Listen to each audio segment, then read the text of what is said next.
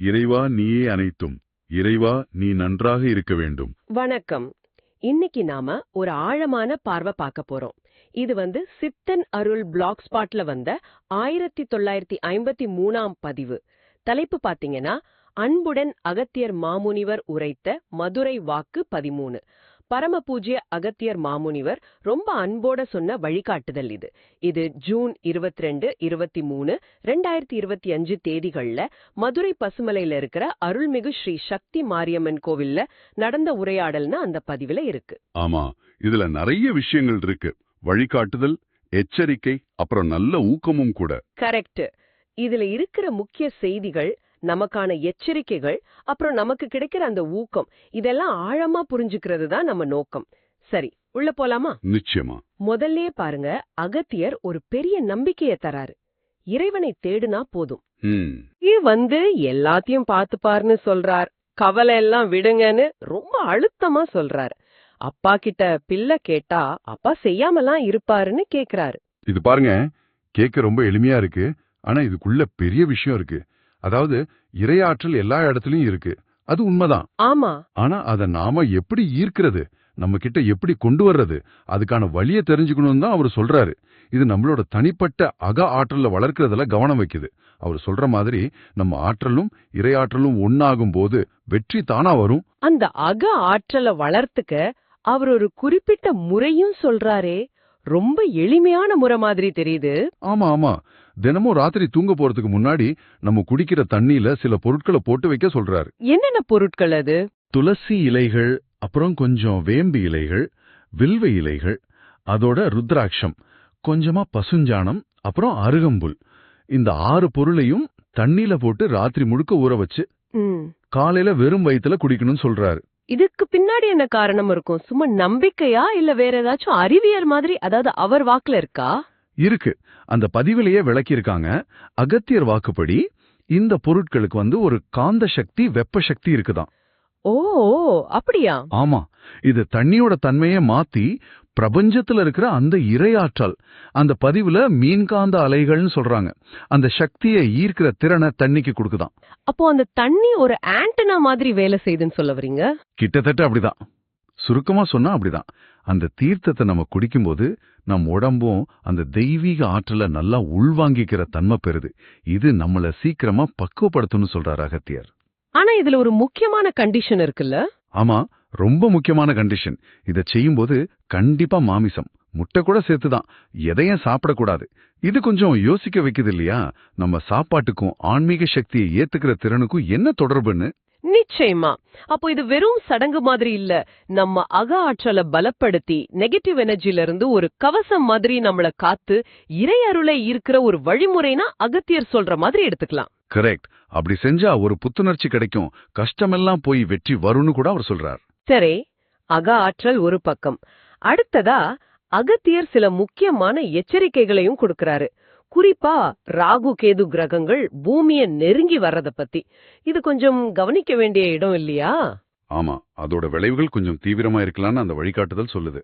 ராகு பக்கத்துல வர்றதால பூமியில தீய கதிர்வீச்சுகள் அதிகமாகணும், கேது பக்கத்துல வர்றதால ஜனங்களுக்கு மனக்குழப்பம் அதிகமாகி கடவுள் நம்பிக்கை குறையும்னு அகத்தியர் சொல்றதா பதிவுல இருக்கு. அடேங்கப்பா. இன்னொன்னு சொல்றாரு பாருங்க, இந்த கிரகங்கள்லாம் பூமியை விட பல மடங்கு பெருசு. ஒருவேளை இது ரெண்டும் பூமியை ரொம்ப நெருங்கி பாதிச்சுட்டா பூமியோட சுழற்சியை நின்னுடுன்னு சொல்றார். இது இதுவரைக்கும் யாருக்குமே தெரியாத ரகசியமா. என்னது, பூமி சுழற்சி நின்னுடுமா? ஆமா, அப்படிதான் அந்த வாக்குல இருக்கு. சித்திர மாசத்துல இருந்தே ராகு வேகம் எடுத்து பூமியை நோக்கி வந்துட்டு இருக்குன்னு எச்சரிக்கிறார். விண்வெளியில கிரகங்கள் உரசிக்கிட்டா கூட பெரிய அழிவு வரலாம்னு சொல்றாரு. இது கேட்கவே கொஞ்சம் பயமா தான் இருக்கு. சரி, இதுக்கு என்ன தீர்வு? எதனா வழி இருக்கா? இருக்கு. அகத்தியர் சில எளிய ஆனா சக்தி வாய்ந்த வழிகளை சொல்றார். 1, அருகம்புல். அருகம்புல்லா? ஆமா, தினமும் அருகம்புல்ல சாப்பிட்டா உடம்புக்கு அந்த தீய கதிர்வீச்சுகளை எதிர்க்கிற சக்தி கிடைக்குமா, நோயும் வராதான். இது ராகுவோட தாக்கத்தை எதிர்க்க உதவும்னு சொல்றார். சரி, வேற? 2வது, விநாயகர் வழிபாடு. தினமும் ஓம் கங் கணபதையே நமான்னு சொல்லி ஒரு தீபம் ஏத்தி வழிபட்டாலே போதும், வரப்போற ஆபத்தை முன்னாடியே உணர முடியுமா. அவர் தடைகளை நீக்கிறவர் இல்லையா? ஆமா ஆமா. 3வது, திரும்பவும் அதேதான் வருது, மாமிசம் சாப்பிடக்கூடாதுன்னு ரொம்ப முக்கியம்னு திரும்ப திரும்ப சொல்றார். ஏன்னா கிரகங்களோட தாக்கம் அதிகமாகும் போது மாமிசம் சாப்பிட்றவங்க உடம்பு அந்த கெட்ட சக்தியும் கதிர்வீச்சையும் ஈஸியா இழுத்துருமா. ஓ, அப்படியா? ஆமா, அது மனுஷங்களை கும்பல் கும்பலா பாதிக்கும்னா எச்சரிக்கிறார்.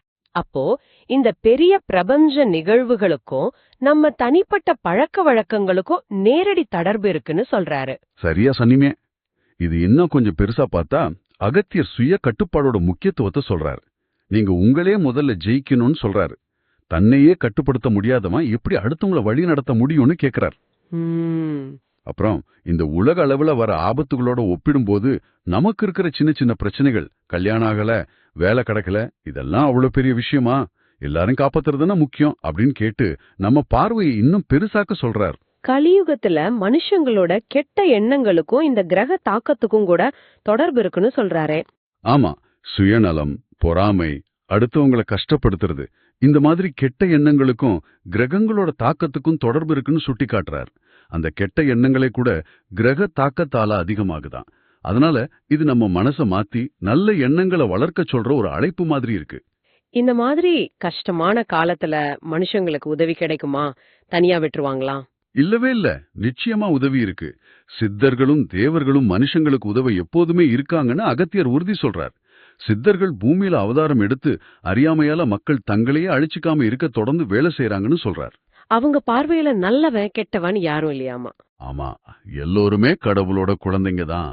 தப்பு செய்யற குழந்தைய பெத்தவங்க எப்படி அன்பா கண்டிச்சு திருத்துவாங்களோ அப்படிதான் சித்தர்களும் நம்மள வழி நடத்துறாங்கன்னு ஒரு அழகான ஓமையோட சொல்றார். அதனால பயப்பட தேவையில்லை. மனுஷனுக்கு எப்போதுமே வெற்றி தான். ஆனா மனுஷன் தன்னை பத்தி தெரிஞ்சுக்காததாலதான் தோல்வி வருதுன்னு சொல்றார். அப்புறம் சித்தர்குள்ளர்கள்னு ஒரு குறிப்பு வருதே, அது யாரு? ஏலியன்ஸா? அந்த பதிவுல அதுதான் கேட்டிருக்காங்க. ஆனா அகத்தியர் தெளிவா சொல்றார், அவங்க ஏலியன்ஸ் இல்ல, தேவதூதர்கள்னு. பூமி ஒருவித அழிவின் விளிம்பில் இருக்கிறதால நம்மள காப்பாத்த தேவலோகத்திலிருந்து அவங்க கோடிக்கணக்குல வராங்களாம். கோடிக்கணக்குலயா? அவங்க எப்படி உதவுவாங்க? அவங்க வர்றதே ஒரு பெரிய சக்தி வளையத்தை உருவாக்குமா. அந்த சக்தி பூமியை நோக்கி வர ராகு கேது மாதிரி கெட்ட கிரகங்களோட தாக்கத்தை எதிர்த்து ஒன்னா அதை தடுக்கும், இல்லனா அதை பின்னாடி தள்ளிடும் சொல்றாரு. இதுக்கு கொஞ்சம் மாசம் ஆகலான்னு அந்த வாக்குல இருக்கு. ஆனா இதுல முக்கியமான ஒரு விஷயம் சொல்றாரே, நாம கேட்டா அவங்க வரலையா? ஆமா, நீங்க கேட்டுதான் அவங்க வந்தாங்களா என்ன அப்படின்னு அகத்தியர் கேக்குறதா பதிவுல இருக்கு. அவங்க வர்றது பிரபஞ்ச நியதிப்படி நடக்குது. நாம கேட்டோமா இல்லையாங்கிறது விஷயம் இல்ல. சரி, அப்போ நமக்கு இதுல ஏதாவது பங்கு இருக்கா? இல்ல நாம சும்மா வேடிக்கை பார்க்க வேண்டியதுதானா? இல்ல, இங்கேயும் நமக்கு பங்கு இருக்கு. அகத்தியர் சொல்றது ரொம்ப ஆச்சரியமா இருக்கு. நீங்களும் தூதர்கள் ஆகலான்னு சொல்றாரு. நாங்களா? எப்படி? நல்ல எண்ணங்களை வளர்த்து நல்லது செஞ்சு மத்தவங்களுக்காக உழைக்கிறது மூலமா நாமும் தேவதூதர்களா மாறலாமாம். மத்தவங்களுக்காக உழைக்கிறதுனா? ஆமா, நம்ம செய்யற வேலையை கூட மத்தவங்களுக்காக தானே. நம்ம குடும்பத்துக்காக, கல்யாணம் பண்றது நம்ம சந்ததிக்காக. அப்ப நாம எப்போதுமே நமக்காக மட்டும் வாழறதில்லைன்னு சொல்றார் அகத்தியர். இது ஒரு வித்தியாசமான பார்வை. ஆமா, இந்த இயற்கையான சேவைய இன்னும் கொஞ்சம் பெருசாக்கி பொது நலத்துக்காக, உலக நலத்துக்காக நாம வேலை செய்யும் போது, நம்ம மனசு நல்ல மனசா மாறும்போது அந்த தேவதூதர்களோட சக்தி நமக்கும் கிடைக்குமா. ஒருவேளை நாமே அந்த சக்தியா மாறலாம்ங்கிற மாதிரி கூட சொல்றார். இது ரொம்ப ஆழமான கருத்து.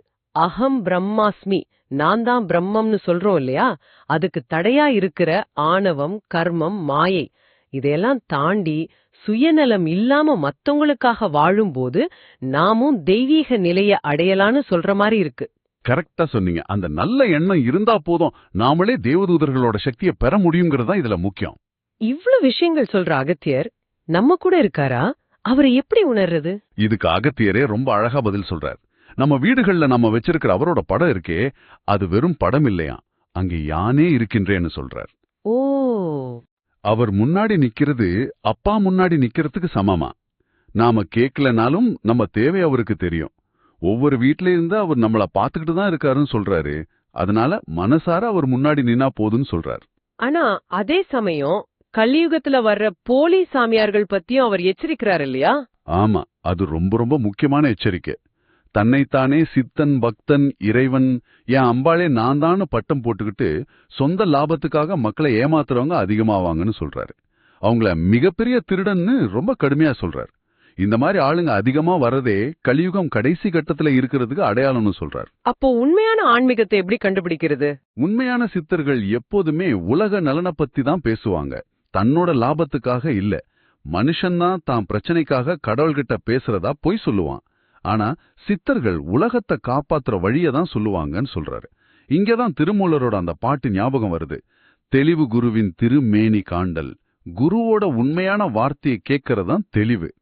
சரி, இவ்ளோ நேரம் பேசணும். இதோட மையக்கருத்து என்ன? நாம என்ன செய்யணும்னு அவர் எதிர்பார்க்கறாரு? ரொம்ப தெளிவா சொல்றார் அகத்தியர். உங்க கடமைகளை ஒழுங்கா செஞ்சாலே போதும். உங்க வேலை, குடும்பம், சமூகத்துக்கு செய்ய வேண்டியதை சரியா செய்யுங்க. நல்ல எண்ணங்களை வளர்த்துக்கோங்க. முக்கியமா மற்றவர்களுக்காக உழையுங்கள்னு திரும்ப திரும்ப சொல்றார். தன்னலம் இல்லாம சேவை செய்யறதுல கவனம் வைங்க.